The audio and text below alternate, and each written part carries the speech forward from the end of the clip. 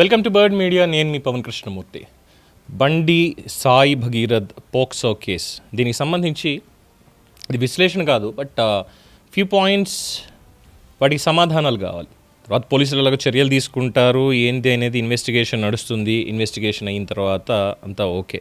అయితే పోలీసులకి తను ఇచ్చినటువంటి కంప్లైంట్, అలాగే కోర్టుకి ఇచ్చినటువంటి దాంట్లో భగీరథ్ ఇచ్చినటువంటి కొన్ని పాయింట్స్ చాలా ఆలోచించేలా ఉన్నాయి. మరి వీటికి సమాధానాలు ఉన్నాయా అనేటువంటిది. అలాగే ఇక్కడ ఈ కుట్ర చేసింది ఎవరు, తల్లిదండ్రులే వెనకాలండి ఇదంతా చేయించారా, అలాగే రాజకీయంగా ఉండి కొంతమంది కావాలని బండి సంజయ్ మీద కుట్ర చేయడానికి కావాలని చెప్పే ఇది చేశారా? ఎందుకంటే ఎప్పుడు జరిగినటువంటి దాన్ని తీసుకొచ్చి ఎగ్జాక్ట్గా ప్రధాని నరేంద్ర మోడీ సభ ఇక్కడ జరుగుతుంది అన్నటువంటి పాయింట్లోనే బండి సంజయ్ని ఏ రకంగా అయినా ఇబ్బంది పెట్టాల్సిందే అన్నటువంటి పాయింట్ని ఇక్కడ తీసుకున్నారా అన్నది. ముఖ్యంగా దీంట్లో ఆరోపణలు, ఎఫ్ఐఆర్ కాపీలో ఉన్నటువంటి ఆరోపణలు చూస్తే సన్నిహిత సంబంధాలు వీళ్ళ కుటుంబాల్లో ఏమున్నాయి ఏంటనేది మనం చూసాం. సరే, ఈ ఎఫ్ఐఆర్ కాపీ ప్రకారం వాళ్ళు ఇచ్చినటువంటి దాంట్లో ఎఫ్ఐఆర్ కాపీ ప్రకారం ఉన్నటువంటిది 3 డేట్లు ఇక్కడ చాలా కీలకంగా ఉన్నాయి. 1 అక్టోబర్ 25, 2 నవంబర్ 13, 3 డిసెంబర్ 31. ఈ 3 డేట్లు కూడా చాలా కీలకంగా ఉన్నాయి. ఇక్కడ వాళ్ళ కుటుంబంతో భగీరథకు ఉన్నటువంటి సన్నిహిత సంబంధాలు ఇవన్నీ కూడా అందరికీ తెలిసినటువంటి విషయమే. ఆల్రెడీ చూసాం. బగ్గి వీడియో తీస్తున్నావా అంటూ కేక్ కట్ చేయడం ఇవన్నీ కూడా చూసాం, అయిపోయింది. ఆఫ్టర్ దట్ బాధితురాలి తండ్రితో ఉన్నటువంటి ఫోటోలు కూడా ఇవన్నీ బయటకు వచ్చాయి. అలాగే వీళ్ళ నలుగురు కలిసి అనేక ఆలయాలు సందర్శించినటువంటివి కూడా వచ్చాయి. ముఖ్యంగా ఫస్ట్ ఆరోపణ అక్టోబర్ 25 తారీఖున బాధితురాలి తల్లి ఇచ్చినటువంటి ఫిర్యాదులో మొదటి ఆరోపణ, అర్ధరాత్రి సమయంలో భగీరథ్ తన కుమార్తెను ఫిజికల్ రిలేషన్ కోసం ఫోర్స్ చేశాడు. అంటే తనతో సెక్స్ చేయాలి అని చెప్పి ఫోర్స్ చేశాడు. ఇది అక్టోబర్ 25వ తేదీ జరిగింది. సో ఫస్ట్ ఇక్కడే ఫిక్స్ అయిపోండి, బండి భగీరథ్ నేరమే చేశాడు, ఫోర్స్ చేశాడు అన్నీ ఇక్కడే ఫిక్స్ అయిపోండి. సో దీని తర్వాత వచ్చేటువంటి దానికి సమాధానాలు వాళ్ళ దగ్గర ఉన్నాయా అనేది తెలియనటువంటి పరిస్థితి. Because the second date November 13న మొయినాబాద్లోని ఒక ఫామ్ హౌస్లో కూడా బలవంతం చేశాడు. అక్టోబర్ 25 కాదు, నవంబర్ 13న కూడా మళ్ళీ తనతో సెక్స్ చేయాలి అని చెప్పి బలవంతం చేశాడు. ఇదంతా కొత్తగా క్రియేట్ చేసింది ఏమీ లేదు. ఆ ఎఫ్ఐఆర్ కాపీ వాళ్ళు ఇచ్చినటువంటి రిపోర్ట్ దాంట్లోనే వాళ్లే మెన్షన్ చేసినటువంటిది. సరే, రెండోసారి అయిందబ్బా. డిసెంబర్ 31 ఇంకొక ఫామ్ హౌస్లో కూడా ఇలాగే ఫోర్స్ చేశాడు. ఇన్ఫ్యాక్ట్ ఇంకా మాట్లాడితే డిసెంబర్ 31 తనకి మద్యం తాగించి, బలవంతంగా మద్యం తాగించి రాత్రి తనక్కడ రేప్ చేశాడు అనేది మెన్షన్ చేశారు. So she is a minor కాబట్టి పోక్సో కేస్. ఇక్కడ అనుమానం ఎక్కడొస్తుంది? అక్టోబర్ 25 నేరం జరిగిపోయింది, ఆల్రెడీ ఫోర్స్ చేశాడు. మళ్ళీ నవంబర్ 13న ఫోర్స్ చేశాడు. డిసెంబర్ 31 ఇన్సిడెంట్ జరిగిపోయింది. It had happened. మరి ఇక్కడ ఈ తల్లిదండ్రులు గాడిదలు కాస్తున్నారా, గడ్డి బీగుతున్నారా?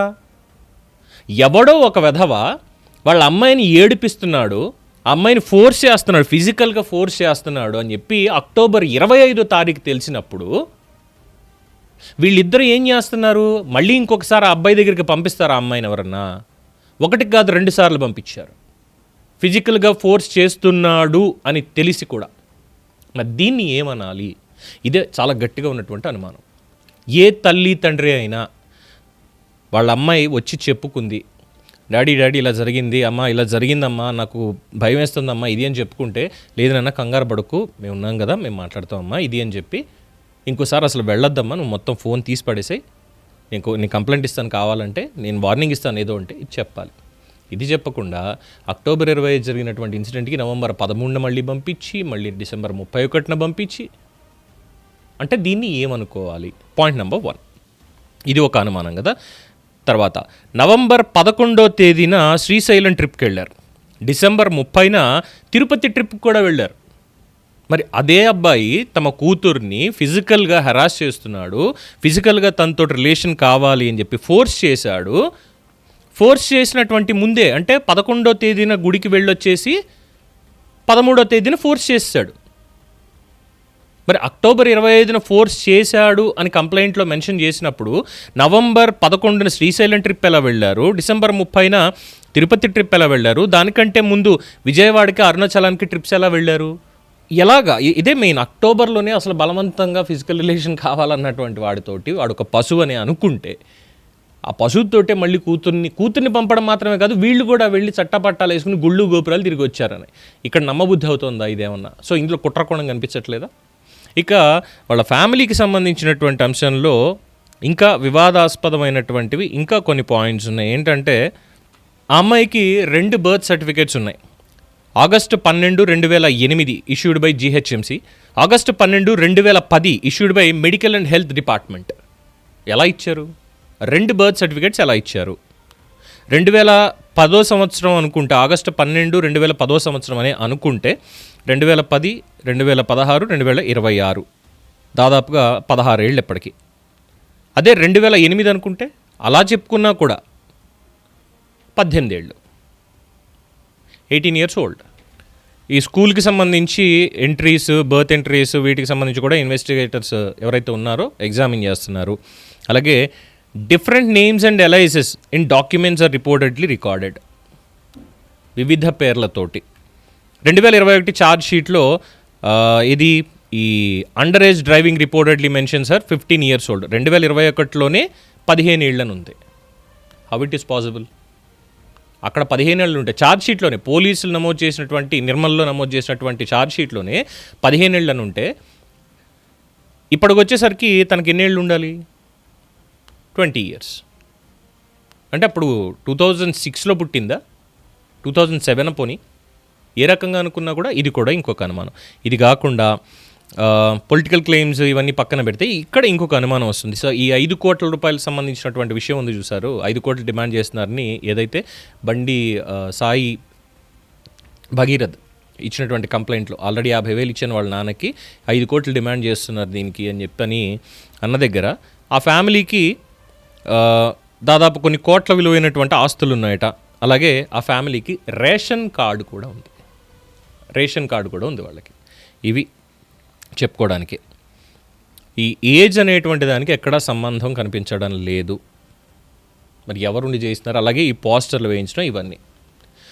సో ఇవన్నీ టెక్నికల్గా తీసుకున్నప్పటికీ కూడా నైతికంగా ఒక తల్లి కానీ తండ్రి కానీ తమ కూతురికి ఈ విధంగా జరుగుతోంది, అమ్మ ఫలానా వాడు నన్ను ఇలా చేస్తున్నాడు, ఇలా అంటున్నాడు ఇది అన్న దగ్గర, ఇంకొకసారి వాడిని కలిస్తే కాళ్ళు ఎరక్కొట్టేస్తానని చెప్పి ఇంట్లో కూర్చోబెట్టడం మానేసి, తగుదునమ్మా అని పెళ్ళిళ్ళకి పేరెంటాలకు వెళ్ళినట్టుగా గుళ్ళు గోపురాలు తిరిగి మళ్ళీ ఇంకో 2 సార్లు పంపించి డిసెంబర్ 31న రాత్రి తాగించి 2:30 గంటలకి తాగించేసి ఫామ్ హౌస్లో రేప్ చేశాడు. ఇది వాళ్ళు పెట్టినటువంటి కేస్. సో ఇక్కడ తెలిసో తెలియకో ఒక మైనర్ తోటి కనుక ఫిజికల్ రిలేషన్ అది ఎవరైనా కానీ పెట్టుకున్నారు అంటే అక్కడికి అయిపోయినట్టే ఫస్ట్ థింగ్. సో మైనర్కి సంబంధించి ఏది జరగడానికి వీలు లేదని సుప్రీంకోర్ట్ ఆఫ్ ఇండియా చాలా కఠినంగా శిక్ష విధిస్తారు దానికి. ఎప్పుడో చెప్పారు గైడ్లైన్స్ కూడా. కానీ ఇక్కడికి వచ్చేసరికి మరి వీళ్ళ మొరాలిటీ ఏంటి తల్లిదండ్రులది అంటే వెనకాల ఏదో ఒక స్ట్రాంగ్ ఆలోచన అనేది స్పష్టంగా ఉంది, రైట్? సో పాక్సోకి సంబంధించి నేను మాట్లాడట్లేదండి, పాక్సో విషయం నేను మాట్లాడట్లేదు. బేసిక్గా ఇగో ఇవి ఉన్నటువంటి అనుమానాలు, దీనికి సమాధానాలు ఎక్కడ అనేదే ఇక్కడ ప్రధానంగా వస్తున్నటువంటిది. మరి ఎవరు చెప్తారు వీటికి? ఇక ఇది కూడా మెన్షన్ చేశాడు, తను అనేక సార్లు నాకు తప్పుడు సమాచారాన్ని ఇచ్చారు.